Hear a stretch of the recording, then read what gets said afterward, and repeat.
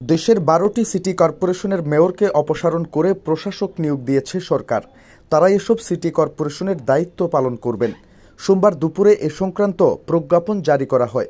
এতে বলা হয়, স্থানীয় সরকার অধ্যাদেশ ২০২৪-এর ২৫ ক এর উপধারা ১ প্রয়োগ করে পরবর্তী আদেশ না দেওয়া পর্যন্ত ১২ কর্মকর্তাকে প্রশাসক হিসেবে নিয়োগ দেওয়া হলো।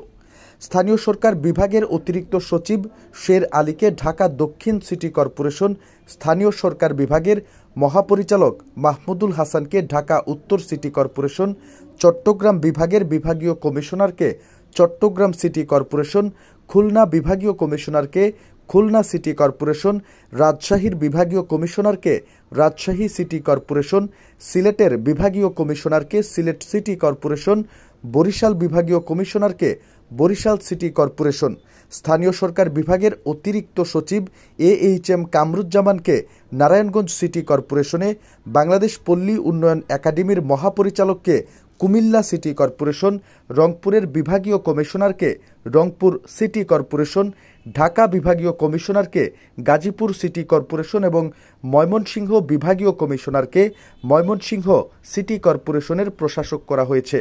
এর আগে গত শুক্রবার স্থানীয় সরকার সিটি কর্পোরেশন সংশোধন অধ্যাদেশ ২০২৪, স্থানীয় সরকার পৌরসভা সংশোধন অধ্যাদেশ ২০২৪, জেলা পরিষদ সংশোধন অধ্যাদেশ ২০২৪ ও উপজেলা পরিষদ সংশোধন অধ্যাদেশ ২০২৪-এর খসড়া অনুমোদন করেছে অন্তর্বর্তী সরকারের উপদেষ্টা পরিষদ। পরে তা অধ্যাদেশ আকারে জারি করা হয়। ওই সংশোধনীর ফলে বিশেষ পরিস্থিতিতে অত্যাবশ্যক বিবেচনা করলে সরকার জনস্বার্থে কোনো সিটি কর্পোরেশন ও পৌরসভার মেয়র এবং কাউন্সিলরকে অপসারণ করতে পারবে। একইভাবে জেলা পরিষদের চেয়ারম্যান ও সদস্য এবং উপজেলা পরিষদের চেয়ারম্যান, ভাইস চেয়ারম্যান ও মহিলা ভাইস চেয়ারম্যানদের অপসারণ করতে পারবে। একই সঙ্গে এগুলোতে প্রশাসক নিয়োগ দিতে পারবে সরকার।